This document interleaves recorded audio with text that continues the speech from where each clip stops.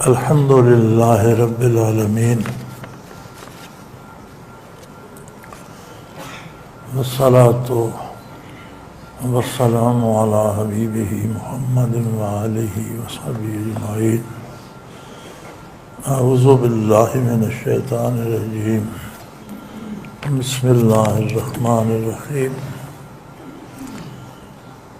سوال ہے کہ داڑھی کی شرعی حیثیت کیا ہے؟ حضرات علماء معتکف ہیں، آپ کے ساتھ بیٹھے ہیں، یہ فتوے آپ علماء سے پوچھ لیا کریں۔ جہاں تک میں عرض کر سکتا ہوں تو داڑھی فرض تو نہیں ہے، لیکن فرض کے قریب تر ہے۔ اس طرح سے صاف کرانا حرام ہے، اور یہ پیشہ کہ اس طرح سے داڑھی صاف کی جائے اور اجرت لی جائے، یہ بھی حرام ہے۔ یہ آدم علیہ نبینا علیہ الصلوۃ والسلام سے لے کر حضور نبی کریم صلی اللہ علیہ وسلم تک کسی نبی نے داڑھی صاف نہیں کرائی۔ نبی کریم صلی اللہ علیہ وسلم کے عہد میں صحابہ، تابعین، تبع تابعین میں ایسے لوگ نہیں ملتے۔ اب کتنی ہونی چاہیے؟ جو اس طرح سے صاف نہیں کراتا وہ اس حرام عمل سے بچ جاتا ہے۔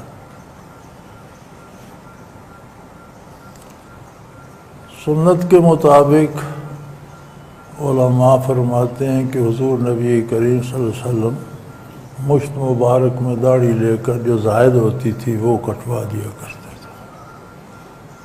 اب اس میں بھی علماء میں دو رائے ہیں کہ وہ مشت یہاں سے رکھی جائے، بعض کہتے ہیں یہاں سے رکھی جائے، لیکن داڑھی کے رکھنے میں کسی کو کوئی اختلاف نہیں ہے۔ تو آپ دیکھتے رہتے ہیں علماء حضرات بھی ٹی وی پہ، آج کل تو رمضان شریف میں بہت ہوتے ہیں، تو ایسے بھی آتے رہتے ہیں، تو کسی کی ذرا چھوٹی ہوتی ہے، کسی کی بڑی ہوتی ہے، لیکن رکھی سب نے ہوتی ہے۔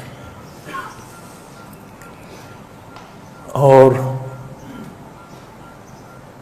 یہ بھی حدیث شریف میں ملتا ہے کہ ایک صحابی حاضر ہوئے بارگاہ علی میں، مسجد نبوی میں، تو ان کے بال بکھرے ہوئے، داڑھی کے بال بھی پریشان تھے، تو آپ صلی اللہ علیہ وسلم نے فرمایا کہ اسے تم ٹھیک نہیں کر سکتے،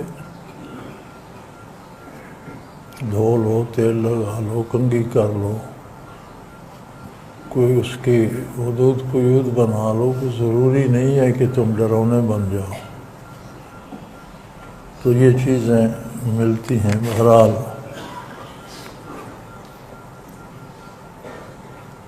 ہمارے ہاں تو یہ رواج ہو گئے نا، اسلام میں داڑھی ہے، داڑھی میں اسلام نہیں،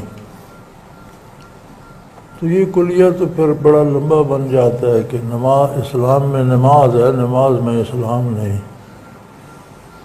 اسلام میں حلال ہے، حلال کھانے میں اسلام نہیں، تو یہ تو کوئی بھی بات پھر اڑ جائے گی، کوئی بھی نہیں رہے گی۔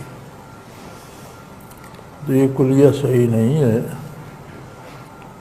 داڑھی مسلمان کے لیے بہت ضروری ہے، اور فرض کے قریب تر جو سنن ہیں ان میں سے ہے۔